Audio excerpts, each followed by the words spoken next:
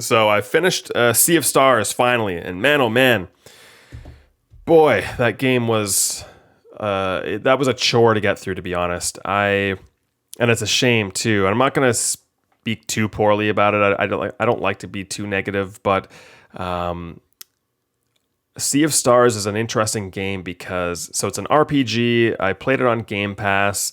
I played most of it on the handheld that I talked about last episode, the ROG Ally. So I really put my handheld to use, so I can play it all the time. And it's a perfect handheld game, and it's a beautiful game. It looks amazing. The pixel art in it is so well done. It's really detailed. There's every screen is a joy to look at. So visually, the game is amazing. The sound is incredible. I love all the sound effects. I love the music.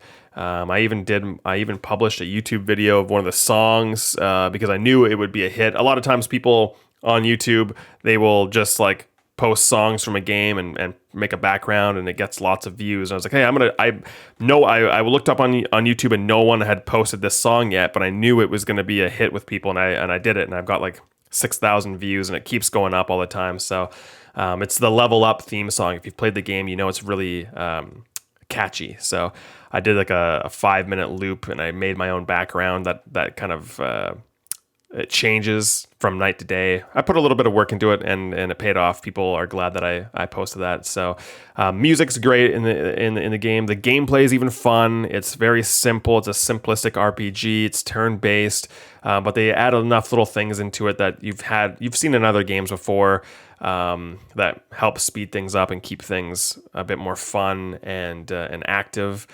So I have no complaints. It's fun to play.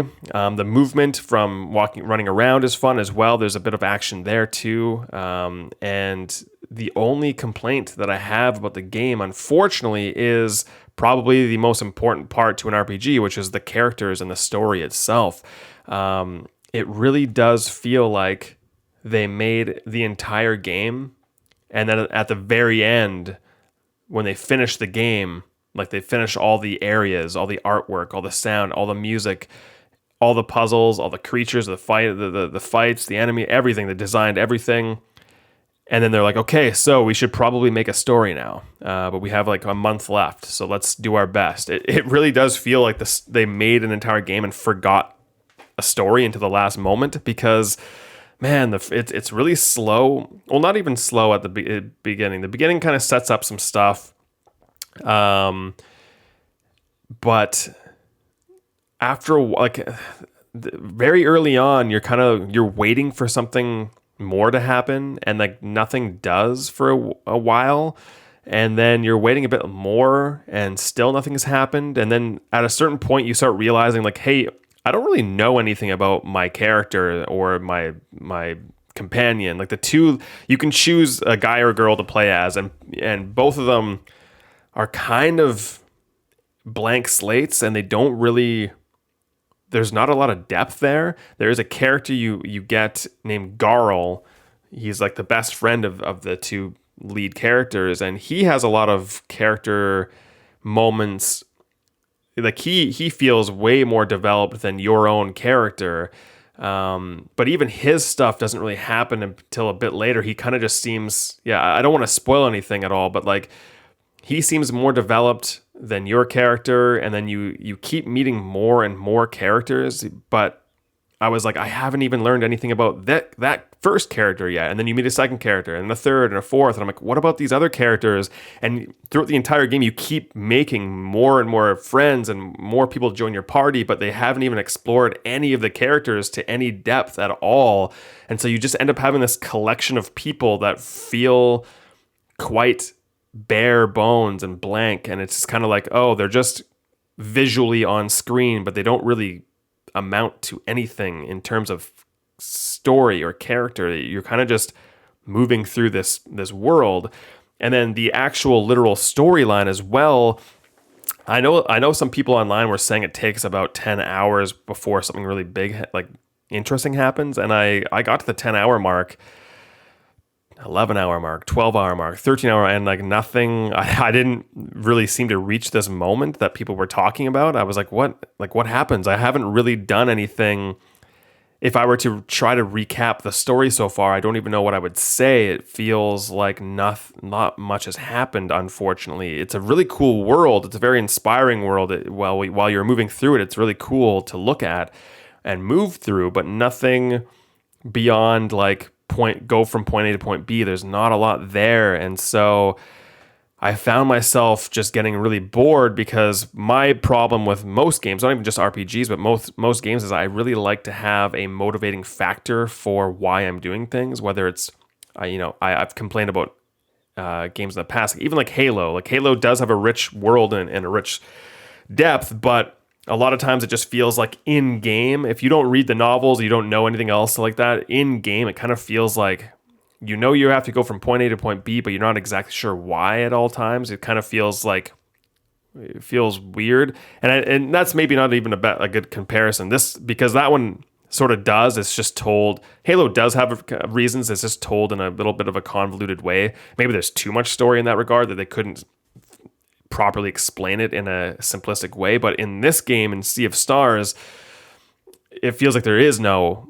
There is no convoluted story. There just isn't anything. You kind of just go from place to place, and there may be moments of there's mini stories, but the overall overarching story just doesn't feel like there's much there, to the point where it felt like such a chore. And I unfortunately just did not have a good time with it. It was such a chore to get to the end, and there was way longer than I thought too.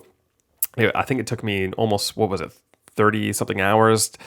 I thought it was going to be like a 15, 20 hour experience, but it was like double what I thought it was going to be, and just kept going on and on and on. And there are some kind of cool moments near the end, near like I would say the 75% mark, but nothing ever really happens, in my opinion, that I would say it's worth playing for. Like there's no story moment where I'm like, oh man, you got to see this part.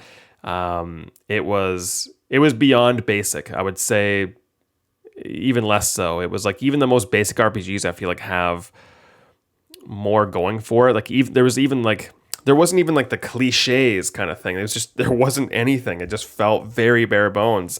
And it's just weird because every other element of the game is like perfect. Like the environments are so interesting and cool, and they look amazing, and the music is good, and the sound's good, and the gameplay is solid. The fighting's fun. Everything is good. And if the storyline was there, this would have been like an all-timer for me, I think, because I would have no complaints. But yeah, the story, they just dropped the ball big time. There was just nothing there, unfortunately. And because it's an RPG, that's weighted so heavily for me. So overall, I wouldn't, if someone asked me if they should play it, I would say no.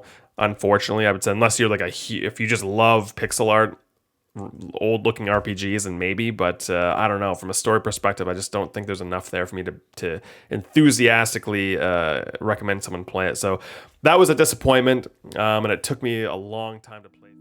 Hey, thanks for listening to this clip of my podcast. I publish new episodes on the last Friday of every month at 12:45 p.m. PST for all premium members of my Patreon. My name is Cooper Bibo. I'm an actor, writer, and producer of film, television, and video games. Head to patreon.com/CooperBibo. You can sign up for free, get access to my blog, or you can toss me a few dollars if you want to support me and get special bonuses like this very podcast, or you can subscribe to my YouTube. You'll continue to get free clips and a brand new video every single Wednesday. So whether you like to watch, listen, or read, I've got something for everyone. I've also got a video game called Billy Saves the World. Please check that out on Steam right now. I've got movie projects in the works.